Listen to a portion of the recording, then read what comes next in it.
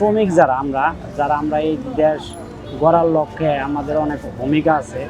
আমরা এই বিল্ডিং তৈরি করি, এই বিল্ডিংয়ে তারপরে অনেক লোক থাকে, কিন্তু ওই হিসাবে আমাদের কোনো মূল্যায়ন নাই। তাদের কাজের প্রয়োজন হয় তারা এখানে আসার পরে আমরা মনে করি তাদের সাথে কাজটা দেখি, দেখার পরে কাজটা একটা কন্ট্যাক্ট করি যে আপনার এত টাকা লাগবে। ওনারা একটা কথা বলে যে এত টাকা দিতে পারবো না, এত টাকা দিব। এইভাবে আমরা কাজ করি, কিন্তু আমাদের বর্তমান অবস্থা খুব খারাপ। মনে করুন কাজ কাম খুব কম। মনে করুন কত কত মানুষ একদিন কাম করে 3 দিন হয়েছে বইয়া, তাদের বেকার অবস্থা, চলবার পাইতেছে না, খুব কঠিন অবস্থা। দিন পাত আল্লাহ কোনো রকম ভাবে দেখে নিতে আছে। মনে করুন না খাইলে না চলে, কোনো রকম জীবন বাঁচাইয়া চলতেছে আর কি।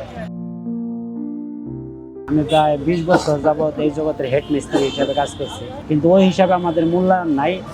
আমরা এখন কাজ করলে খাইতে পারতাছি, প্লাস কাজ না করলে আমাদের অবস্থা খুবই খারাপ। কারণ আমাদের বাসা ভাড়া দিতে হয় প্রতি মাসে 8-10 হাজার টাকা। দেখা গেল এখন কাজ কাম খুবই খারাপ। তাই আমার সরকারের কাছে আমার অনুরোধ যে সরকার শ্রমিকদের জন্য একটা কিছু করুক। আমরা শরীরের ঘাম রক্ত করে আমরা একটা বিল্ডিং তৈরি করি, ওই বিল্ডিংয়ের ভিতরেই কিন্তু এসি চালাইয়া ওনারা থাকে। অতএব আমাদের দিকে দৃষ্টি দেওয়া উচিত আমি মনে করি। কালকেও কাজ করি নাই, আজকেও কাজ করি নাই, তাহলে আমার সংসারটা কি ভাই চলে? আমার থেকেও 10 টাকা দিয়ে হেট করবো না, বাজার ঠিকই করে খাওয়া লাগবো।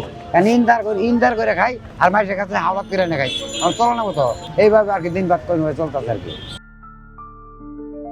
সরকার দেখা গেল যে জায়গায় শ্রমিক আছে তাদের কিছু অনুদান করে, তাতে আমি মনে করি ভালো হবে। এটা সরকারের জন্য ভালো, আমাদের জন্য ভালো হবে। আমরা এমনও কাজ আছে রাত 2টার দিকে করি, যেমন এই যে পুলিশ হেডকোয়ার্টারে কাজ করি। আমি পুলিশ হেডকোয়ার্টার যদি 1টা বাজেও ফোন দেয়, আমরা যে কাজ করে দিয়ে আসি, কিন্তু ওই হিসাব না। হিসাব হলো আমরা কাজ করি, খাই, কিন্তু আমরা যে আসলে কি অবস্থায় আছি এটা কেউ কোনোদিন জিগায়ও না।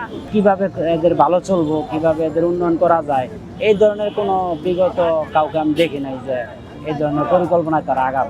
আজ পর্যন্ত কাউরে দেখিও নাই যাইসা জিগাইলো যে কেমন আছেন কিংবা একটা অনুদান, এই ধরনের কোনো লোক আগাইতে দেখি নাই। মানে আমার এই বয়সে আমি দেখি নাই।